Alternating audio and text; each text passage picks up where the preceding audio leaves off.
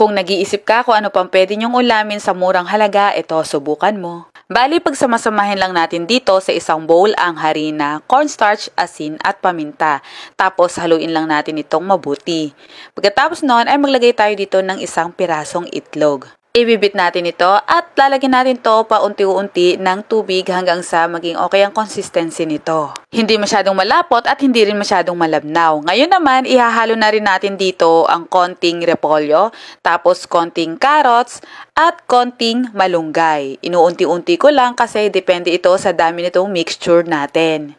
Haluin lang natin itong mabuti para matansya natin yung mixture kung kaya pa bang magdagdag tayo ng gulay o hindi na. So, naglagay ako dito ng tinadtad na sibuyas. Tapos, haluin muna natin at naglagay ulit ako dito ng repolyo, carrot at dahon ng malunggay. Bali, nilahat ko na para mas madami tayong maluluto.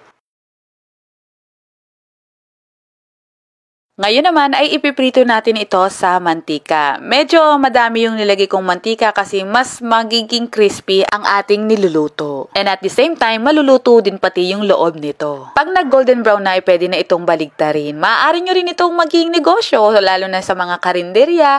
Napakamura lang, pwede nyo itong ibenta. Basta sarapan nyo lang din ang ating mga sausawan. Kasi mas mapapa-level up ng sausawan ang mga ganito nating lutuin. Ayan o, itsura pa lang ay napaka-crispy ng tingnan, 'di ba? At syempre, ganun na rin ang gagawin natin sa ibang batch, mas crispy, mas masarap.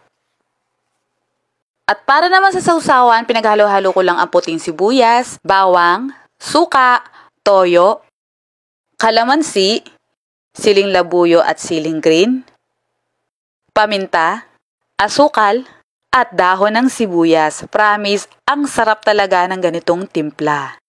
Kayo ba mga ka-MU, ano bang paborito ninyong sausawan pagdating sa ganitong mga tortang gulay? Grabe, pag ganito ang ulam namin, napapasarap talaga ang kain ko. Kahit anong torta, basta gulay, love na love ko.